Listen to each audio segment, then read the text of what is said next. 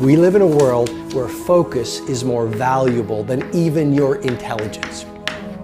How many hours a day you waste, or how many hours a week you waste. And the classic answer is something like 4 to 6 hours a day. You know, inefficient studying, watching things on YouTube that not only do you not want to watch, that you don't even care about, that make you feel horrible about watching after you're done. That's probably 4 hours right there.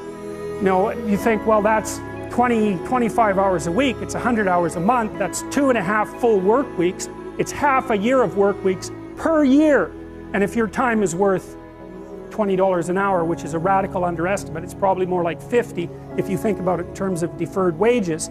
If you're wasting 20 hours a week, you're wasting $50,000 a year.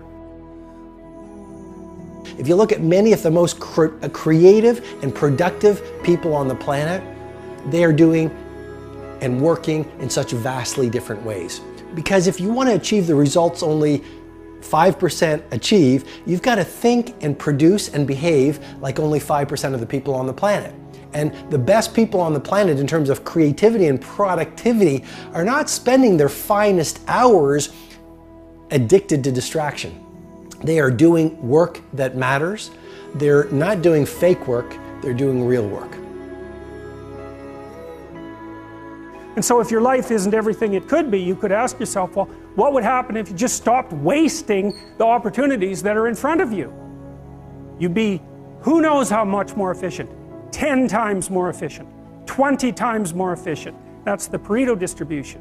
You have no idea how efficient people get. It's off the charts. It's a constant storm to try to figure out what you're about, and you change. At 26, you're all about the hustle, you're gonna be a billionaire, this and that, and then you go to the bar one night and you fall in love. And it changes what you care about, right? And then you have a child, and then this happens, and then that happens. Things change. You just have to always consistently try to figure out what's driving you, and not because other people are watching, and not because that's what your dad wants, and not because that's what you said was gonna happen, and it doesn't look like it, and your family's gonna judge you. You just have to be as real with yourself as possible, and that is a very difficult struggle, but when you're not, you create enormous vulnerability and unhappiness.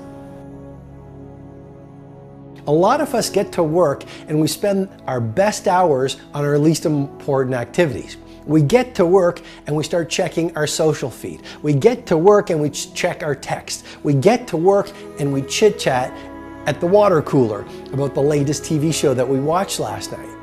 And research has shown that the morning hours are when you have the most focus, when you have the most energy, and when you have the most willpower. And so you want to use that first 90 minutes, you know, that is game time, that's show time. It's more like you should understand how much potential there is within you to set that straight. And then you should do everything you can to manifest that in the world, and it will set it straight. And that's better than self-esteem. It's like you're in a crooked, horrible position. Okay, fine, there's a lot of suffering and pain associated with that. Yeah, you can't just feel good about that because it's not good. But you can do something about it. You can genuinely do something about it. Listen, you have to understand, just because you're a human being doesn't mean you're entitled to be a successful entrepreneur. They do what everybody else does in every genre. You want to be an NFL player and an NBA player, you try, you're not good enough, you do something else. You want to be a famous actor, you go to LA, you wait tables, you try to be on a show, it doesn't happen, you do something else. I don't know what they do, like something else. Your environment is so important. What I'm suggesting to you as the second piece of technology to really 100 times your productivity is this. Install environments of tight bubbles of total focus. So install these tight bubbles of total focus and create these Menlo labs where you're completely distraction free.